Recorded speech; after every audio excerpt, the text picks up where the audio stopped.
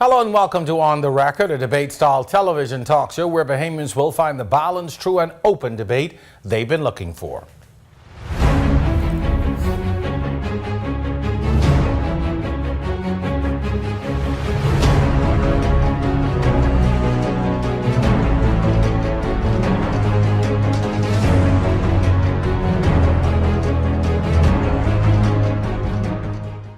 Transportation industry has taken a lot of backlash lately, but if you really stop and give it some thought, the woes of the road have been plaguing us for decades, especially when it comes to taxi cabs and the jitney business. More recently, the boat explosion in Exuma, which killed one visitor and wounded several others, certainly set tongue to the law professionals wagging and the international community in awe.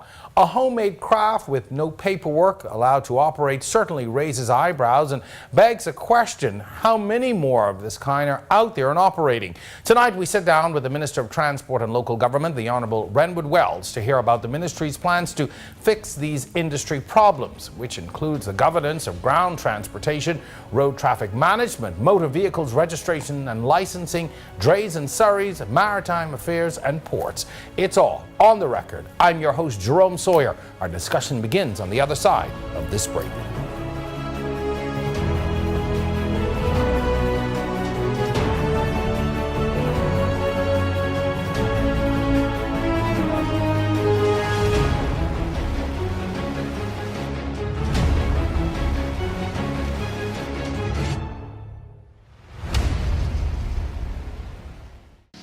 Hi, I'm here to tell you about the fastest way to purchase the vehicle you want right from home. With SBT Japan, we import used cars from Japan straight to you.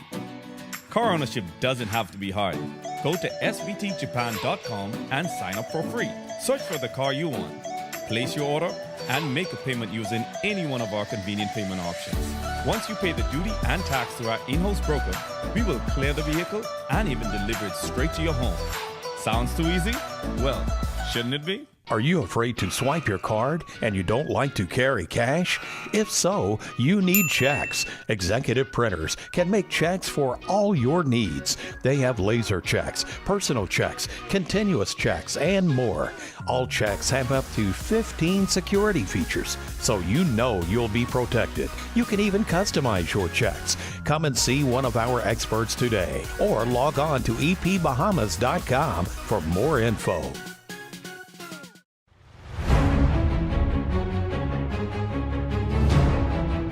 Welcome to On the Record. Tonight our topic is transportation industry moving forward safely and responsibly. Our guest tonight is an elite athlete who was a member and captain of several Bahamian World Olympic athletic teams. In 2003, he was engaged in the Bahamas Public Service as a mechanical engineer, a post he held until his resignation to pursue elected office. He presently serves as the Minister of Transport and Local Government in the Minis administration. The Honourable Renwood Wells is my guest tonight. Minister, welcome. Thank you so much for having me, and I truly look forward to dialoguing with you. Yes. And by extension, the Bahamian people. Well, you know, this is your first time in here, which we just discovered a few moments ago, but we're happy to have you on. You've been very busy. We have a lot to talk about. This is something that's very close to me. I'm on the road every day. I got lots to talk about. Well, we begin with a look, though, at what has given rise to this discussion tonight. A video circulated on WhatsApp shows the carnage and destruction of a multi-car crash, a community seemingly in chaos as injured victims lay among the mangled wreckage.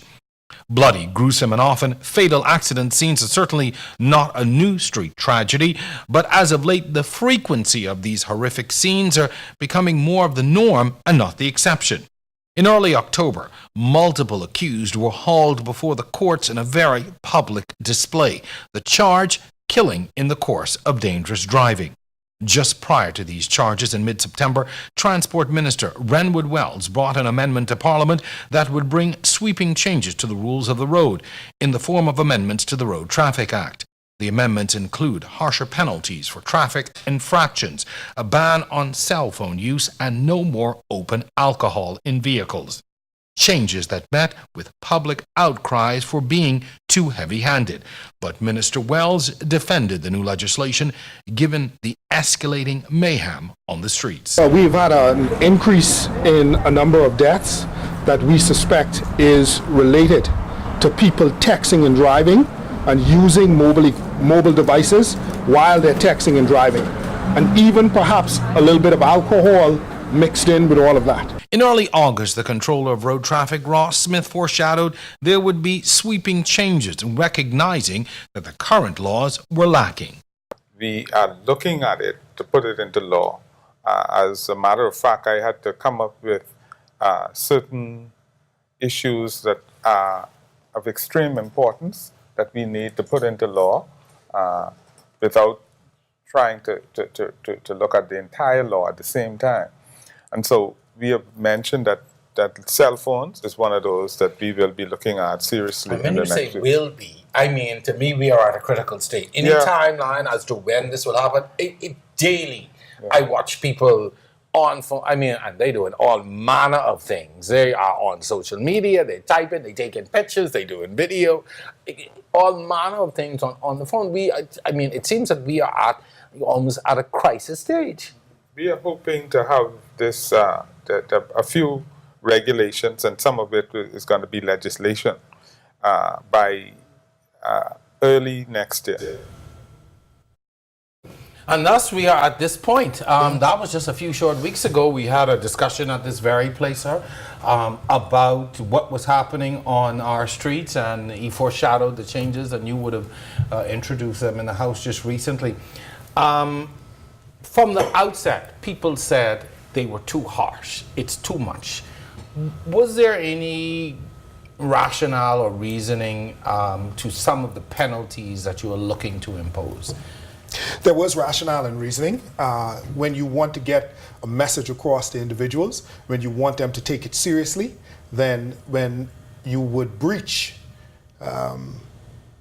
when your actions doesn't comport with what government seeks, then government has a way of ensuring that you pay attention. And the way you do that is just the kind of penalties, fines, so that the individual understands that you're serious about it. And we're very serious about reinstituting in the minds of the Bahamian people the whole idea of road safety and being responsible both for yourselves and your brother, being your brother's keeper, because we're seeing that especially, last year, this year, there's been such an uptick in the amount of deaths that have taken place on the road as a result of undue care and attention. And there's anecdotal evidence that in a lot of these cases, there's either alcohol involved or persons are texting and driving and just not paying attention to the road, and they're amazed as to the amount of time actually that is lost by simply looking down at that cell phone. A few seconds. Yeah. Texting and driving fines $1,000. Yes. That seems like a lot of money. Well, we want the Bahamian people to, as I said earlier, to understand that we're serious about it, because that $1,000 could be lives lost. And so we want them to understand that we're serious. At the end of the day, as I said, there's anecdotal evidence as to the uptick in what has taken place in the amount of road traffic incidences, deaths included, is tied to persons not paying attention. They believe that they have some time, and then they say, well, I'm just going to look at the phone. They look down at the phone, and 2 or 3 minutes later, their eyes are up and they're in the back of someone's vehicle, and loss of life has ensued. Also, one of the changes has to do with something that's a cultural norm for me, and for so many Bahamians, a ban on open alcoholic beverages in vehicles.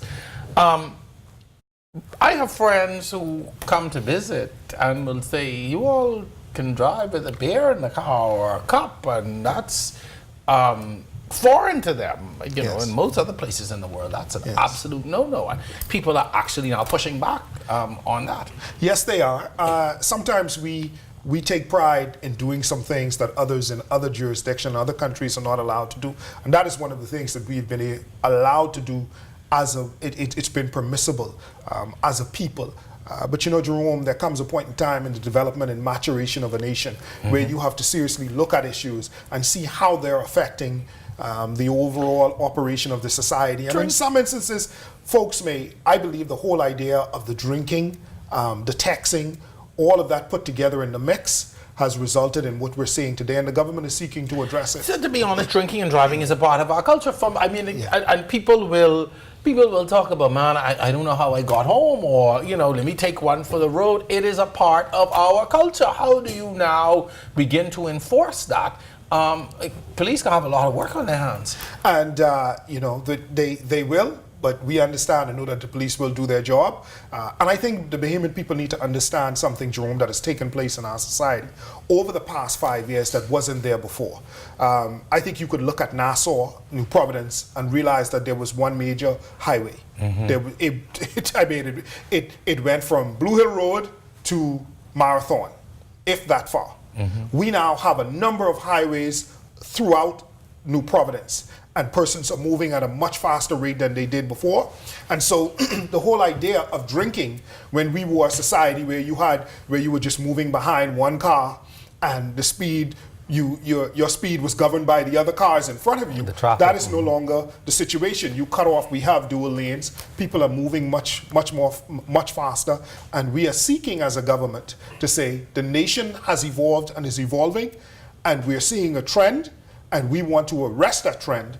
And in order to do that, we may have to address some issues that we were heretofore as a people not willing to address. That's interesting. I mean, you talk about the fact that we have these highways. I have a car with an E6 engine. I can tell you I get a lot of use out of that. I hope the police don't lock me, hunt me down. But it's true. I find myself now having room to go a little faster, to use the roads because of all the roads we have on our hands. Interesting. I never even thought about that. But also too now, upon the request of the police, you have to produce your driver's license, your insurance information, and also giving the correct name, etc., your address. All of it, that's an arrestable offense now, if you don't give that correct information.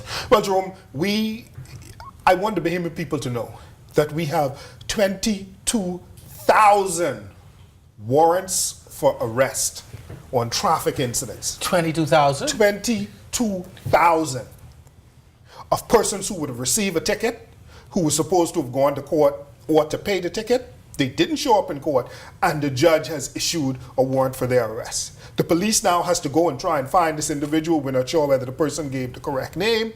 We're not sure of the correct address, and so we have a situation that we're seeking now to address. There's no way in a modern society you should have 22,000 warrants for arrest. So that's a lot of money that's outstanding too. Awful lot of money that's outstanding. And so in order for us to address that, the way we seek to address it is this. We want to ensure that Renwood Wells, when Renwood Wells get pulled over by the police, that Renwood Wells is who Renwood Wells say he is. He's not John Doe. And then I'm going to tell the police I'm going to bring the driver's license because you have 48 hours. I can bring it tomorrow to the station. I never show up at the station, and then I never show up at court. Have you considered, though, that there may be some confusion even with the warrants based upon names that were given and false information? And how are you going to deal with that? I mean, if somebody says that they are Jerome Sawyer and they are not, that's not who it is. You may have issued an arrest warrant for someone who is not. And Jerome, that is why I said we're seeking to ensure that you have that proper identification on you, so that the police would know that you are who you say you are. Because oftentimes, we lend, in the Bahamian vernacular, we lend cars, to numerous individuals who we're associated with. And even if you take that information off of the disc, we've had instances where even the disc itself is not the disc that should be on the car, or the license plate should not be on the vehicle. But if we can ensure that the individual who's driving that vehicle is the person who's driving that vehicle, who's getting that ticket, then that's a way for us to ensure that justice is done and that we arrest this vexing situation. We're going to talk about licensing a little later on in the show, but I do want to shift focus now to to the taxi cab industry. This industry in particular has been the lifeblood for countless Bahamians over the years, but continues to create havoc, continues to create lots of problems. Somebody told me just a story the other day how 2 taxi cab drivers were fighting at the door over a fare at the Cove in front of the tourists, not trying to pull them. I mean, that's just one instance of some of the issues that the people are facing. Not only Bahamians are facing, having to deal with them sometimes, and the infractions on the road, but our tourists as well. Yes, and it is something that I'm going is I'm very serious about getting my hand around it and bringing requisite solutions to this issue. This is a multi-tiered problem, Jerome. We have about 1,150 taxi plates. How many? About 1,150 taxi plates throughout the country. And out of that, some 900 are active. So the rest of the plates are inactive. All taxi plates are the government and property of the government of the So Bahamas. what constitutes an inactive plate? They just An aren't on the inactive road? plate Or? is, this plate was assigned to someone. It's not on the road for various reasons. The person may have died, Okay. and the family members or others would not have sought to continue with the business. And at the end of the day, the car might be off the road, and a person may not be in a position to put the vehicle back on the road, and they are not seeking to sublease that plate to someone else. So there are varying reasons as to why the plate would not be on the road. And I'm glad you brought up this issue of subleasing, because that has become an issue as well over the years. I have a plate, or I have multiple plates, and I lease them out. Now, who is held responsible at the end of the day when there is an issue or there's an infraction? Well, the person who has the plate is oftentimes held responsible, but they pass that on to the person who's driving for them. Jerome, I'm coming into this and I'm beginning to ferret through and figure out exactly what's going on. But I find the situation, to me, that is unattainable.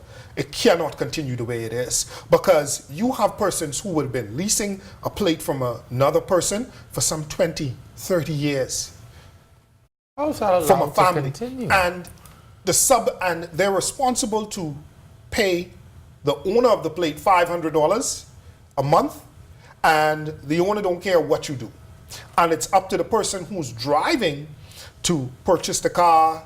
The insurance ends up being in the name of the person who the plate has been assigned to.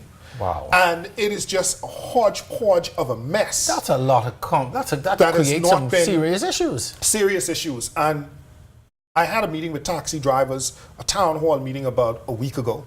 And what I've decided that I'm going to do is the subleasing issue, I'm going to take that head on. We're going to look at it, because what we have found is the law, the Road Traffic Act, Clause 70 of the Road Traffic Act basically says that when someone dies, the controller, if a plate has been assigned to a gentleman and the individual dies, the plate can be given to the spouse or the children.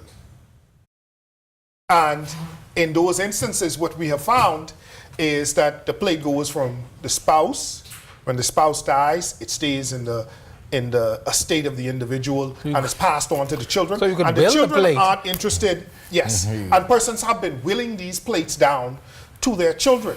I am one who believes, Jerome, that if I was a taxi driver and I've been supporting my wife, my children on this taxi plate, and I'm now deceased. We've been using the taxi plate as a form of a 401k, more or less, a pension, so to speak, for the widow. I'm not opposed to having that widow hold on to that assigned plate because she was receiving an income. I do have a problem with that plate moving from mommy, from the widow, to grown children who are doctors, lawyers, engineers, accountants. That's where the subleasing And now comes that is in. where the subleasing come in, and I'm going to Interesting. address So that. I and do deal have with that I head have a on. quick question. So then now, if there is an incident, who is liable?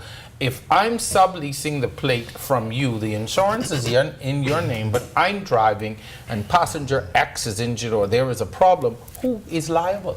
And Jerome, I found instances where the owner, the person who's been assigned the plate, because they don't own the plate is owned by the government of the Bahamas. The person who's assigned the plate has the insurance.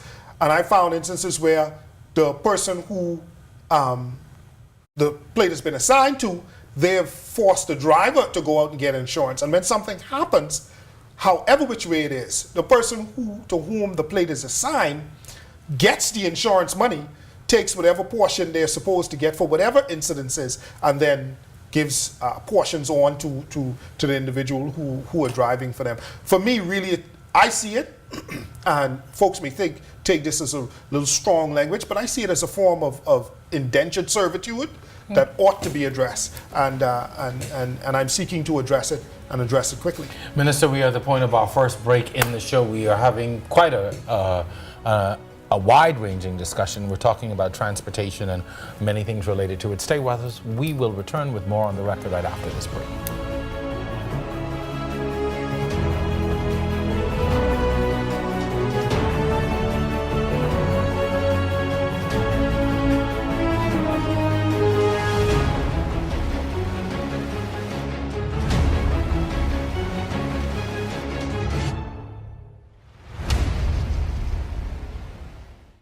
Hi, I'm Davriel, here with your weekly Rev tip. Today's question is, how do I reset my modem? Resetting your modem is easy as 1, 2, 3. Unplug your modem from its power source. Wait 10 to 15 seconds. Reconnect and enjoy.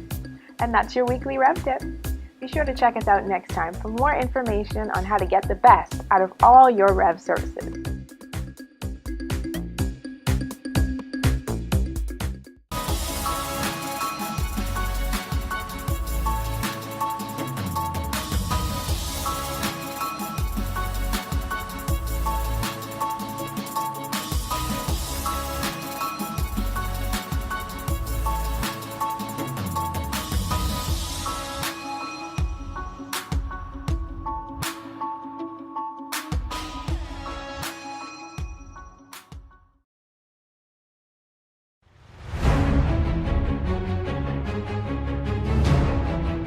We are back with more of our discussions on the record. Tonight our topic is the transportation industry moving forward safely and responsibly. We continue our discussions with Renwood Wells. He's the Minister of Transportation and Local Government. Minister, in July of this year there was a horrible boating accident. Boat exploded in the Exumas. A visitor died, another had a leg amputated, several others were badly injured. It put us front and center in the international media with all of the bad press that came along with it. Since then, the company involved, Four Seas, continue to operate business as usual. But we have since come to learn, as a result of the investigations, that the vessel was homemade, not registered with any port. How could this have been allowed to happen? When you're talking about not just a pleasure craft, but a craft that is in the business of providing entertainment to tourists. I'd say this, Jerome, just one correction. The company Four Seas, Yeah. There was a cease and desist order put on Four Seas Sure. until all of their vessels have been actually inspected and the government is comfortable with them continuing in business. And at this point in time, that is still the case. So they are still not in business. They're still not in not business. operating. Okay. What we find in the Port Department, Jerome, is indicative of what is throughout the public service, which is we have a system where government is responsible to regulate an industry, to inspect, to ensure that those persons who are doing business commercially, that all of their requisite paperwork, all of the inspections are up to date. And we know in the country what happens from time to time from the standpoint of just corruption or just the government's capacity or lack thereof to be able to ensure that what is taking place in the industry is taking place. The Port Department is severely limited in its capacity to be able to inspect all of these boats. But besides the Port Department not having all of the requisite personnel to be able to get the job done, some of the things that I would consider necessary just to bring the industry and to have what is necessarily done is not resident and reticent in the Port Department. I asked for a list of all commercial boats per island that is doing business throughout the country. And I have had, to date, they've told me, Minister, we can't produce that. We would have to go through and seek to do a registry. And my position is, in the 21st century, we should not have a IT system that has all boats in this country, inspection stickers on this IT system, but pictures of the boats, who owns the boats, when the boat was inspected, when the boat is next up to be inspected the following year, and officers signing off and taking responsibility for that inspection. So in the Port Department, what we're seeking to do now, we're moving to a digital platform where that is going to be the case moving forward. So every commercial vessel is going to have to be inspected. I issued an instruction in the ministry after we received the port from the BMA that every commercial vessel in the Bahamas that plies the waters of the Bahamas, that is doing business in the Bahamas, is to be inspected immediately, especially the ones that have been self-constructed. Because even the law, Jerome, the law didn't take into account that when Renwood Wells, the engineer, builds a boat, that design first has to be approved by a certified naval engineer, naval architect, and then not only, just like you're building a house and the design has to be certified by electrical, mechanical, civil, and checked. building, and it goes to the Ministry of Works where it's checked. And during the construction process, inspectors come out to make sure you're constructing actually what's on paper. That is not done in regards to vessels. And we're going to change that. We're going to have that done so that these self-constructed vessels would pass the muster so that they can actually operate in a commercial environment. You know, what bothers me, sir, is that there are some things in this country that have just gone unchecked and rampant for so long. We are in the tourism business. So you're telling me I could have bought a boat, put together any kind of construction on that boat, taken it to any island and set up business? You could set up business. The boat is supposed to be inspected by the Port Department. And in this case... set up business to move tourists? And in this case, this particular boat was not inspected. And the company has a couple of other boats that were inspected. And one of those boats fell out of service.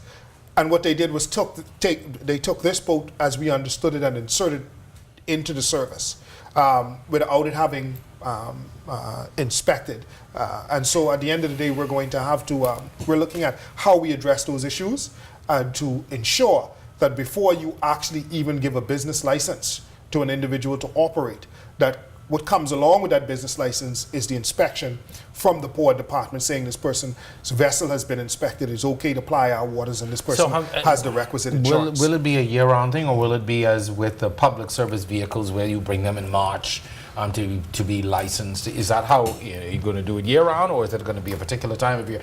And the associated costs, because obviously now this is something else that the ministry has to take on, and these things cost money.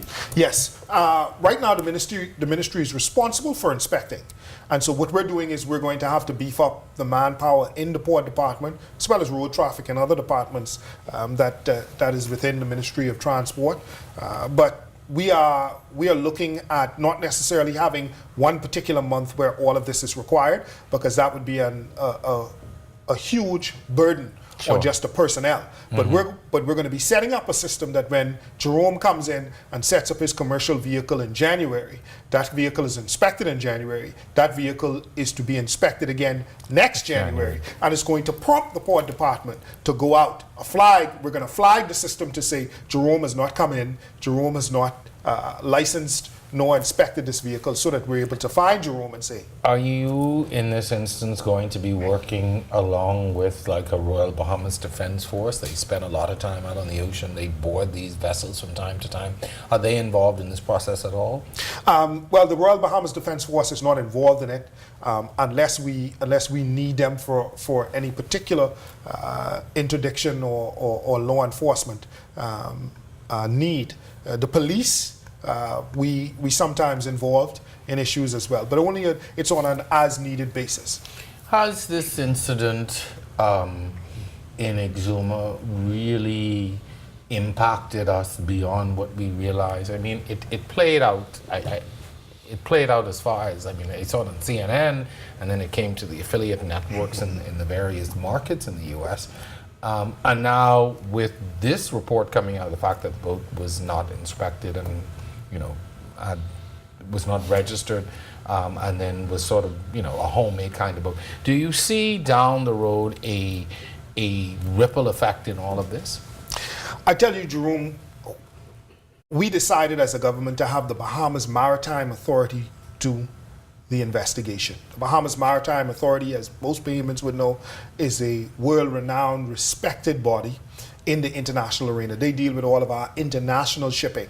And there are certain protocols that has to happen when an accident happens at sea internationally. And so we wanted them to bring that kind of process to look at this situation so that the world would feel that what we're doing in the Bahamas as an industry is safe, and that we're not seeking to gloss over or cover up anything. And so the BMA did the investigation, did the report, and we believe that it puts us in good stead, especially in the tourism market, that folks would know and understand that we're addressing the issues that we have found, and where there are loopholes and where there are gaps, the Bahamas government is serious about fixing them and ensuring that the industry is safe. But we wanted to send a very clear message.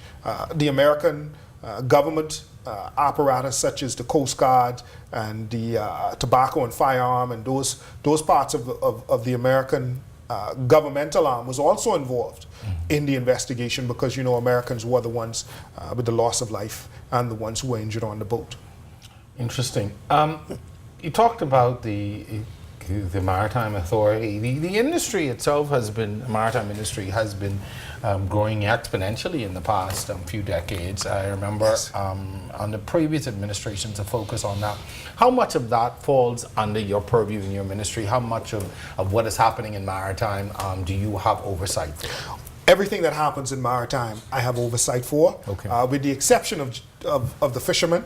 That happens to be the marine resource side, happens to be the purview of the Minister of Agriculture and Marine Resources. But everything that has to do with the shipping industry, both nationally and internationally, falls under my purview. And the Bahamas Maritime Authority has been one of those jewels within the government of the Bahamas that is well run. They contribute some $5 million plus a year to the consolidated fund. As a matter of fact, I'm going to be leaving along with the Deputy Prime Minister and a team from the BMA to go to Tokyo in November to open our first office in Asia. The Asian market, in terms of maritime, as most people would know, whether it's Japan, Korea, or China, has exploded in many ways, and we're seeking to increase our ship registry. We have one of the most well-respected ship registries in the world. It's still third largest in the world? Very professional. We're about, somewhere around there, about third, and we're looking to basically, I want to become number one, but folks tell me it isn't about being number one. It is about the quality that you provide Quality as a of the registry. yeah. And we have, and the world knows that we have the most quality registry of ship vessels. We're seeking to expand our cruise vessel registry. Right now, there are about 100 cruise ships under construction. Over the next year or two, that's going to enter the cruise market. The cruise market is just getting ready to explode. And so we're seeking to bring on board a lot of those companies out of Asia and the ones out of the United States and out of Europe. We're seeking to bring them on our registry, because the more ships on our registry, the more money goes into our public Do treasury. you think people, Bahamians, are really aware of the opportunities that are in maritime? They're not, and that's why I'm so happy for the LJM Maritime Academy that's right off of Arawak Key, and the Old Coral World area, Yes, the right? Old Coral World area. I just told my age by saying that. The Go Lowell ahead. Mortimer Yes. Academy, and we're seeking to get Bahamians involved to understand all of these very high-paying jobs, from the captain right down to the deckhand. These cruise ships are floating cities. You need engineers. Whatever you need to run an island, a city, that is what is necessary on a cruise ship. And even if you don't want to be on a cruise ship, if you're just on a cargo vessel, there's an awful lot of money to be made. Folks are just willing to want to sever themselves from home for a while, from land, to be able to go out and explore these opportunities, and we're making them available. We have talked extensively about the commercial craft on the water, but by definition of who we are, we are a country that we boat. We go out on boats on weekends and holidays. We move around on boats quite a bit. A lot of pleasure craft are out there. How does your ministry deal with that segment? Do you have any oversight and regulation? If so, what are you responsible for when it comes to pleasure craft? Every pleasure craft or commercial craft has to be inspected by the Port of the Bahamas. Are they being inspected? They're supposed to be, and I tell you, having come in, I realized that there are a lot of hardworking persons in the Port Department, but there are deficiencies. And as a government, as a minister, I'm going to see to it that we fix those deficiencies, because what I do not want, Jerome, is to come into a situation, find something that is lacking, and leave it for some other person to fix. I'm going to address it. The Free National Movement government is going to address it. And we're seeking to put in a system whereby we are assured, and we can assure the Bahamian people that all vessels, whether they be private or commercial, are inspected, they have the requisite insurance, and at the end of the day, they're safe for moving individuals around. You don't hear a lot of craziness about boats out there. I mean, although the accidents do happen and you have your mishaps, Yes. you don't hear nearly as much Boats, about jet boats. skis, the You entire heard of jet industry. skis too? Jet skis is a part of our industry, that's and we're going to be seeking to address the issue of Issue water or sport. issues? We have lots of issues with Lots jet of them. skis. So I see them all the time. Lots of them, and we're going to be see how best we can bring kind of order to the whole situation. You Again, know, this is just before we go to the break. Jet ski industry has been an area of contention for a long time. It has caused us a lot of problems with our tourists and our tourism industry. I see them on the beach. I see how they behave, the recklessness sometimes that is out there. I'm glad you brought it up. You know, what can we look forward to in terms of bringing some real structure to that industry? we have inside the House of Assembly that was laid by the former Minister of Transport and Local Government, the Honorable Frankie Campbell, a bill that deals with the water sports industry, the commercial water sports industry. We're going to be bringing much more defined, strict regulations and laws to address the whole operation of the jet ski and watercraft, banana boats business. Right now, on the beaches, there are port officers who are supposed to be responsible to ensure that the industry is operating under the existing laws. You mentioned and the police. You mentioned the law was tabled. When is it going to be? We're looking to we have right now probably about 16 bills on the agenda of the House. As leader of government business in the House, I work along with the Prime Minister, the Cabinet, to decide which bills are coming. We're looking to debate those bills early next year, so that we're able to move the industry forward. Early next year, we should have this into law. Early next year. I hold you to your word. So we are talking about transportation on our show tonight with my guest, the Honorable Renwood Wells. He's the Minister of Transport and Local Government. On the Record continues on the other side of this break.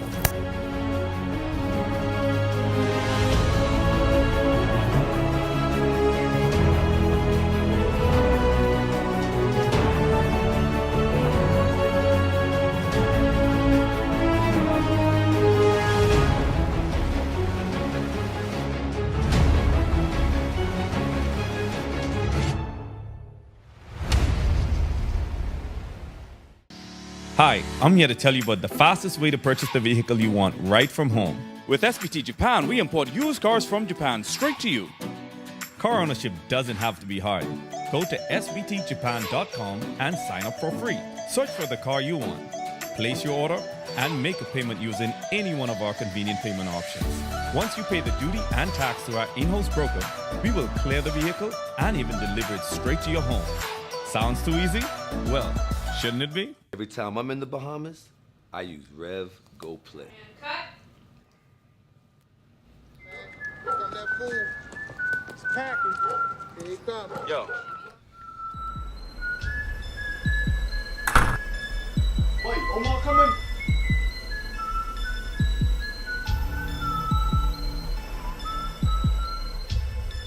Boy, this Rev Go Play, solid. Rev, you and us together.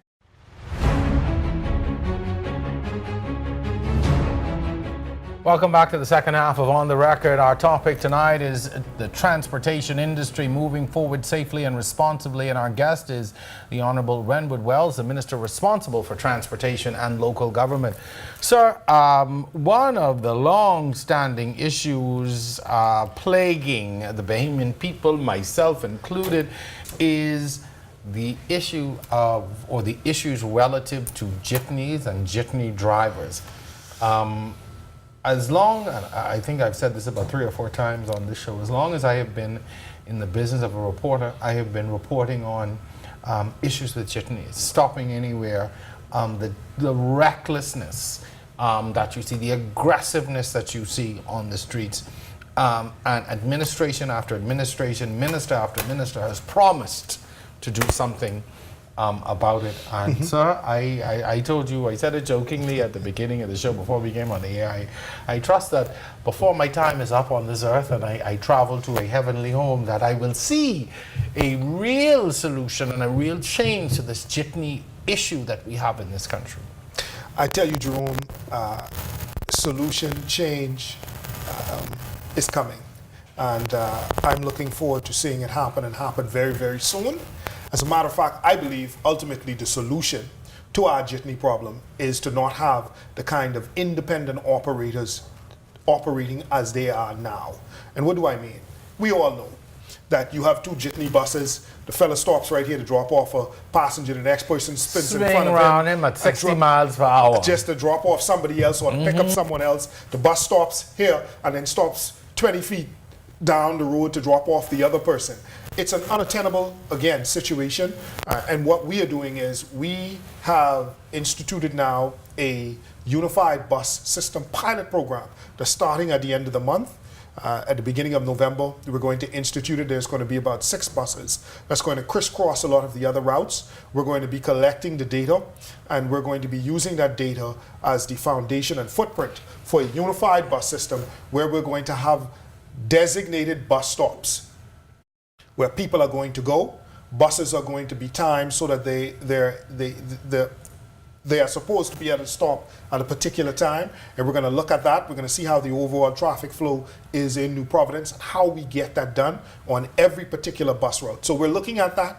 We have to speak with obviously the Bus Drivers Association to ensure that they're on board. But you know, Jerome, in every major city on the globe, every major industrialized first world city, there's public transport. There's a public transport system that works, that is safe. Now, Minister, and we're seeking to do that could take you with to the bus we could system. leave from here and I could go to the Guardian and Tribune and I can go back and we can search the archives for former ministers of transport who would have told the public the same thing. Yeah. We are moving to a unified bus system. We're going to have bus stops. We have heard this story. This is like the familiar song in church that you could sing without the hymnal. We have heard this over and over again. What assurance can you give us that it's going to be different this time? Well, I have heard countless ministers before you, sir, have said the same thing. I'm going to tell you, Jerome, we're not only going to sing, but we're going to have that hallelujah moment at the end of the song. And like I said, for the first time, we're actually we got the IDB to give us $500,000, $500,000 towards this project. The government put in study or the project? It's a 6-month pilot project where we're using 6 buses as just to gather the requisite data that we're going to need to move to this unified bus system. We are going to do it at the beginning. It'll be the first time that this has happened, and that requisite data is going to be, as I said, the foundation and footprint for that unified bus system. And I'm looking forward, for as long as the Prime Minister's left me in this portfolio, to ensure that what I've said here, Jerome, that ends up being the case, that we have that system and that we do not have buses running over our school children, as was done in the past, or running over mommies and daddies, as was done. And the overall, just bringing the requisite sanity to the whole transportation We talked industry. about, at the beginning of the show, a culture of drinking and driving. The jitneys and how people access, use, even abuse them, and how they abuse drivers is almost a part of our culture. I mean, right down to some of the songs we make, and some of the references we make about jitneys, and the behavior of the jitneys and the jitney drivers, and sometimes the passengers, is almost ingrained into our society. How are we going to change that behavior? I think we change the behavior by changing the model that we're existing under, and I think the model has cause as to why we are experiencing some of the things we're experiencing. The jitney drivers are a lot like the taxi cab drivers. A lot of them are leasing the plate from someone. They're responsible to bring X amount of dollars at the end of the week. And so they're rushing around as fast as they can to make that money, to give to the individual to whom the plate has been assigned, and then whatever else they make is they get to keep. And so as a result of that, you end up with a lot of the problems that we have. You end up with bus drivers doing certain things to lure certain passengers on their bus, whether it's the kind of music they play. We've had inferences of, folks having videos up in buses that they ought not to have. What you mean videos, huh? Folks having videos up in buses that they ought not to have. So what you mean by and videos? so we're gonna address all those videos. We're gonna address inappropriate videos. Inappropriate videos in the bus, especially because our bus system also is used to transport our school children. And we're looking as to how we can separate that as well when this unified system comes, that we can have a school bus system that's separate and apart for our children. So there's lots of issues that we have to solve, Jerome, that we've allowed to fester as a society. And we just say, well, it's broke. We know it's broke, but the cost to fix it requires such a perhaps loss of capital, political capital sometimes, that folks aren't willing to go in that direction. I'm not concerned with those things. I'm concerned, and I tell you, Jerome, as an engineer, I look at systems, I look at where the system is, where the system ought to go, and in between where it is and where it ought to go, that's the solution. Could this possibly lead to the removal of some individuals from behind the wheels of some of those buses? Almost certainly, because with a unified system, especially one that has public input, you're going to have drivers who are on salaried, who would have to be able to be of a certain kind of deportment, and we're going to ensure that that the system, when it comes, that the system is one that the Bahamian people can be proud of, and any individual can sit down on his or her phone and be able to know what the bus schedule is, and know that at this bus stop 12, the bus is supposed to be there at 9 o'clock. The next one comes at 9:15. The next one comes at 9:30, and everybody walks, Jerome, to that bus stop. The flip side down of this, the road. the flip side of this is, the public. I always say the public is complicit in the behavior of the jitney, because people will walk out to wherever. They will stand away, and someone will get off at this computer, and then by the time they get to you, somebody else wants to get off. Yes. And so the public, you're going to have an issue now with getting people to have to assemble in one place to a bus stop, or get off the bus at a particular place in order to get to a destination. And I'll tell you, Jerome, as long as the bus driver don't stop, they can walk. As long as the bus driver goes to bus stop AB or bus stop 12, they can walk. Because you see, we have a culture, as you rightfully said, Jerome, of just stepping out of our houses, stepping onto the street. Bus driver, at the bus stop, when we're on the bus, and so the bus will just pull over to wherever, and we're seeking to stop that, because it also has a traffic implication as well. When the gentleman is stopping here, he's stopping 20 feet down the road, he's stopping 100 feet down the road. And he creates road rage as well. It creates an awful lot of problems, and so we're seeking to address it. The only issue that we would have, that we're going to have to look at seriously, is where we have our roads, oftentimes the land space for a bus stop. We're going to have to designate those. But I lived in I lived in Minnesota for about 2 years. And you have bus stops that is a good distance of walk in minus 10 below. I know. And people, they huddle up and they walk to the stop and they stand there and wait. Yes, and if you miss the bus, you wait on the next one. You wait on the next one. But the bus are timed. You have a pretty good idea when the other one is coming. And so we seek to have that kind of system. And there's no reason why we shouldn't. But I have found that politically, Jerome, sometimes folks aren't interested in all of the fanfare and the grandiose things. They just want the trains to run on time. They just want the bus to operate the way it should. And oftentimes, if we would solve these little issues, I think it augurs well for the entire upward tick and good feeling. I agree with you on that. I agree with you. So it's the little things that drive the masses crazy sometimes, that seemingly can be fixed very easily. Yes. But I think sometimes, we say we want change until the change comes. And then we find change inconvenient. Yeah. And we do. And I'll say this, Jerome, I always use this as an example. I remember when Bay Street used to go the other way. And the Bahamian people had a whole lot of issues. I covered that. I remember that very clearly, yes. Folks can't even recall. Yes, yeah, you can't even remember. Yes. It is all about what government decides. Sir, we are at the point of our final break. Stay with us. We will be back with more on the record right after this.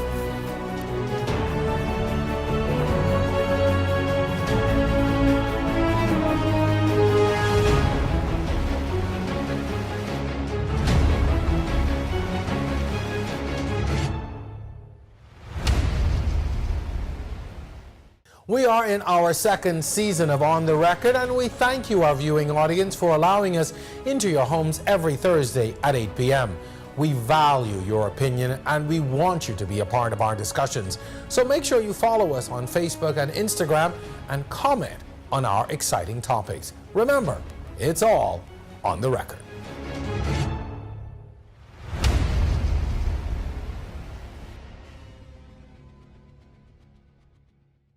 It's a wealth of entertainment with a touch of class and sophistication.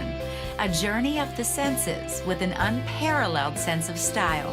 Discover hidden adventures that are cradled in the palms of paradise. Traverse the annals of human history and explore the farthest reaches of exclusivity. It's an excursion that few can afford, but all should experience. And it's only on AWE.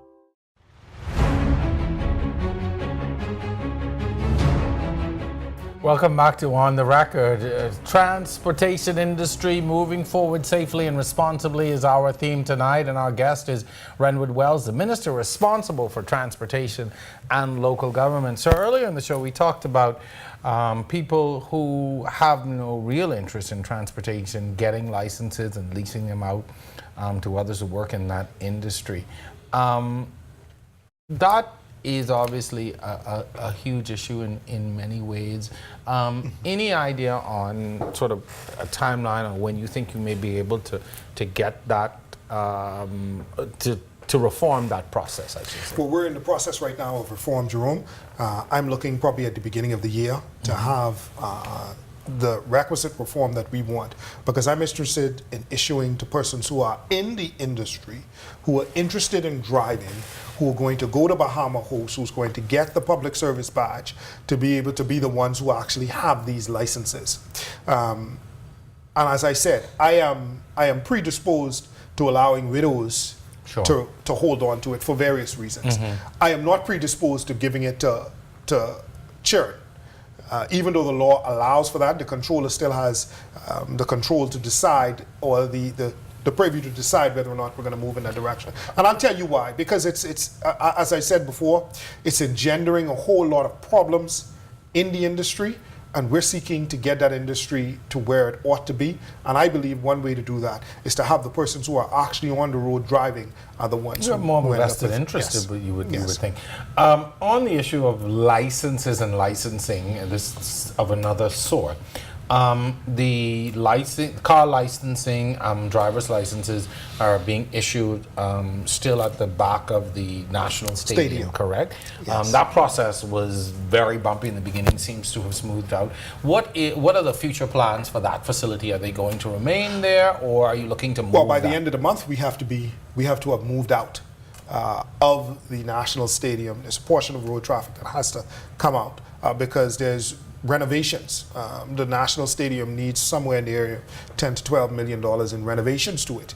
Already. If you go in that stadium, you'd see a lot of the trusses, the beams are rusting. There's electrical issues.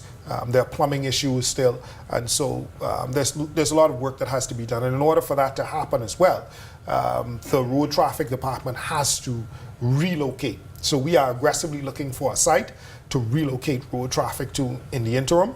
And so I have about 2 or 3 weeks to work with the Department of Public Service to be able to find a requisite site. We're also looking for a site too for the post office that comes under my purview. And I'm looking by next week, after we would have gone through next week, that we would have a definitive site And we would be able to move the post office to where we can have the overall operations of the general post office taking place. Okay. Now, when you move, when the licensing department was moved, there was huge chaos, and people complained for months about the process because of the location. Have you taken that into consideration? Because moving the physical operation is one thing, but the processes did not seem to be able to work for some time in that location.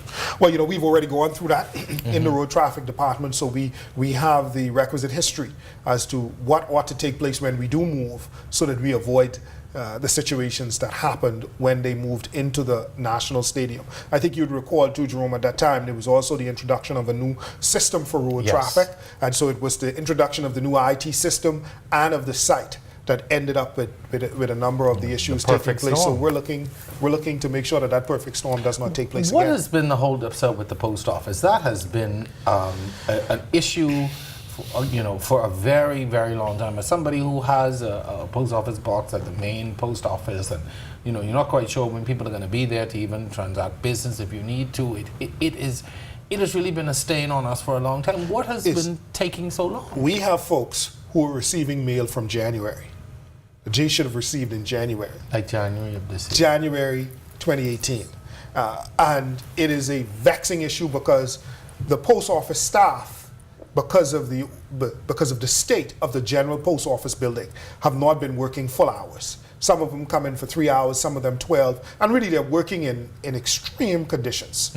I've been in there, and honestly, Jerome, it has to be addressed immediately. The former minister was seeking to address it by us moving to finding a building and renovating that building and looking as to how we can get that done. But that process, even if we were to renovate that building, it's further down the road. It'll take us probably a year. We're looking at a stopgap measure where we can get it done by Christmas, because with the Christmas rush, with the packages in the mail, yes, people it's need going to access become to a the problem. post office. And so we are going to bring a requisite solution to it, because the mail is way behind. When people are suffering, sir, it's an essential service. It is an essential service, and not only that, we have commitments to the international postal arena that we have been falling down on, and our audit has not been very good, and they are upset about the overall operation. So we're seeking to get the post office, this essential service, back up and running so that we're able to service the Bahamian people in the manner in which we need to. Folks have been complaining about their credit card statements, their banking information. All of these things are way behind, and it has an economic effect as well on the economy. You could say when the bank calls, I never got the bill. Exactly.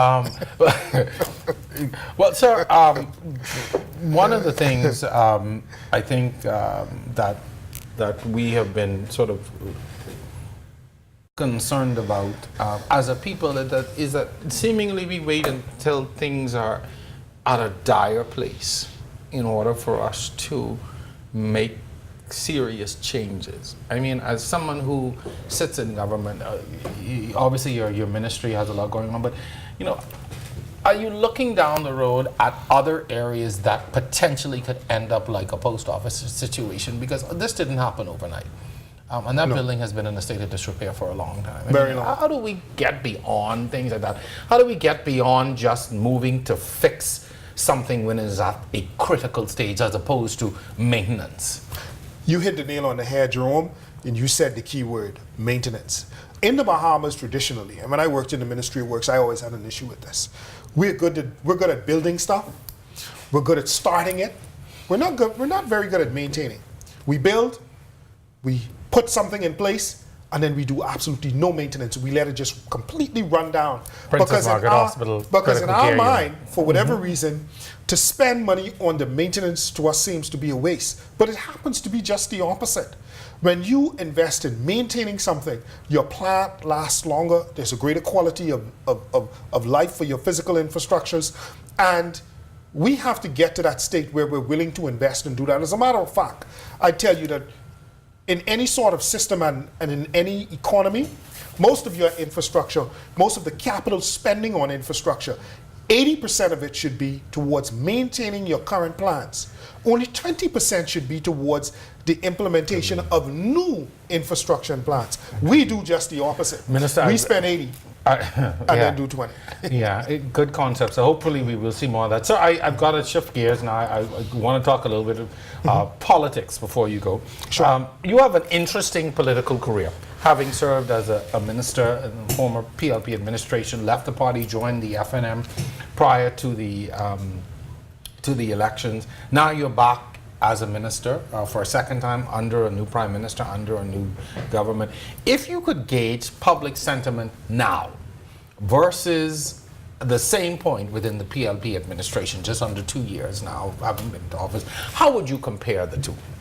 I'd say this, Jerome. I was actually a parliamentary secretary attached to the cabinet in the former administration, but some folks consider parliamentary secretaries because you're attached to the cabinet. On the table. But I would say this. I thought that the Bahamian people were a lot more forgiving with the former administration. They gave them more time. Our patience as a people politically has been shrinking for what we expect in terms of results. And that is to be expected. You know, the good book says in Proverbs that, hope deferred makes the heart sick. And the Bahamian people are in a place, having elected the Free National Movement overwhelmingly as it did, they weren't willing and aren't willing to give us an opportunity to be able to say, we could do it for you next year. Mm-hmm. That's not where they're at.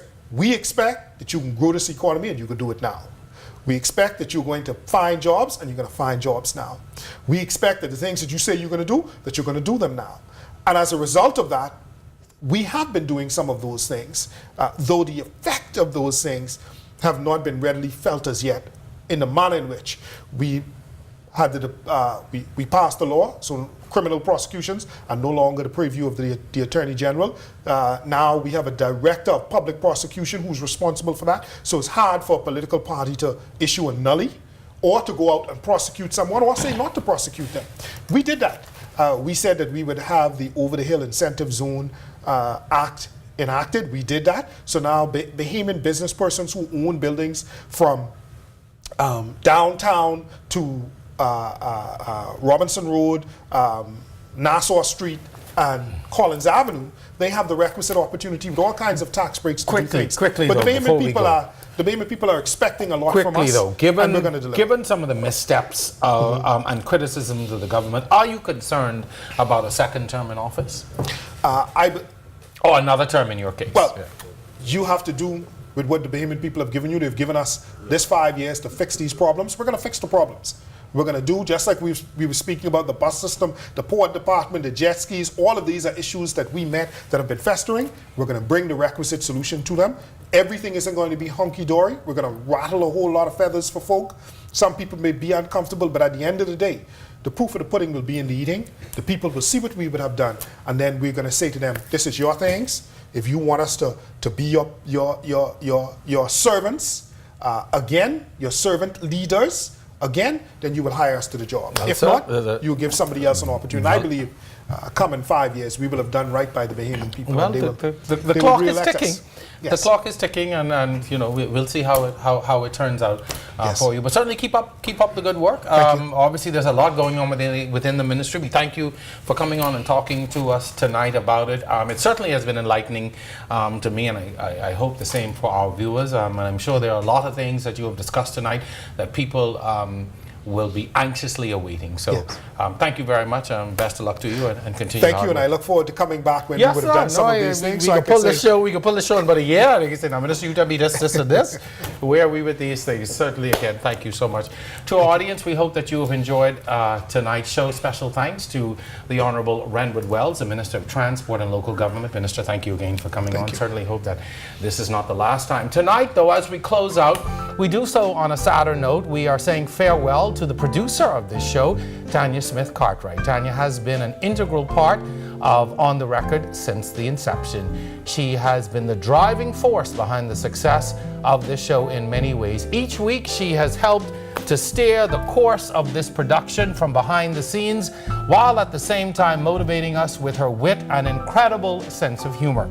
But above all, her commitment to excellence. Tanya, we say a special thank you for your commitment and your hard work. And although we are sad to see you go, we wish you every success in your future endeavors.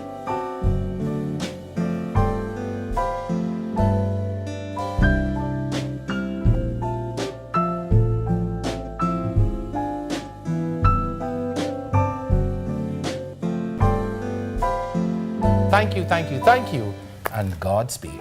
So, on behalf of my producer Tanya, my technical staff, and all of us here, for you in the audience watching, thank you so much for joining us. Be sure and tune in next week for more On the Record, same time, same place. Once again, I'm your host, Jerome Sawyer.